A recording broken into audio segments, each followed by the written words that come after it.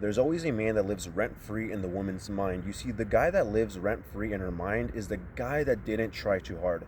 Essentially, what I'm trying to get at is that the man that doesn't try too hard leaves something for the woman: curiosity, mystery, and a sense of indifference. You see, when the man has this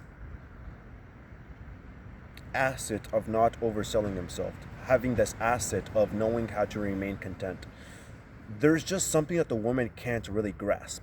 Why is this man not chasing me like every other man? That's what sets you apart.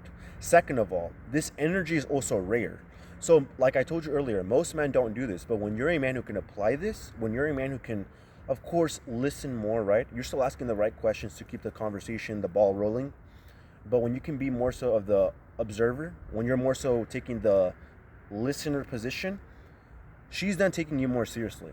She's then going to organically want to know more about you, where in which attraction thrives, because again, that's how that dynamic works between man and woman.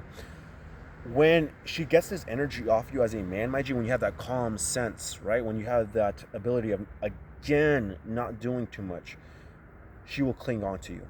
She will choose upon you. Because the mistake a lot of guys make, my G, is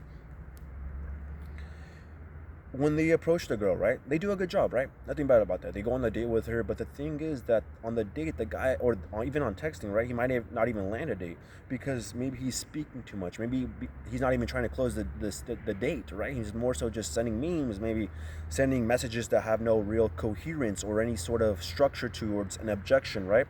So you see, the way in which you can fix this, of course, is setting up the date, being more intentional, being more to the point, right? And then when you're on the date, be the guy that's not doing too much in terms of speaking. Be more so the guy that's listening, and then also be the guy that's more so teasing, being bold. Because when you can hit those small, direct jabs at very crucial and very obviously you want to do it every here and there, but when you can do it at the right moment, you will notice that, oh wait, I'm gaining more attraction. Women are starting to look my way. All right, my G, if you want deeper sauce like this for free, go ahead and click that link in my description. All right, but yeah, back to the topic, right? So women do seek out men who are more so of that, again, not being the guy that's a salesman, too pushy. Because when you're coming across a man in the mall, like a kiosk, right, the man is trying to sell you, the man is trying to get you to buy the product. So essentially that annoying guy who's trying to get you to buy something is essentially the guy that's trying to sell himself to the woman. That's essentially how she's looking at it. That's how she's looking at it, right? The way in which you fix this is by being the guy who's not doing the most. You see, you're gonna go to a product because it looks highly appealing rather than the guy trying to sell it to you, right? This is how you start to win with women, right? And then another thing is you want to be asking those right questions. You want to be asking those right questions that have to do with the conversation.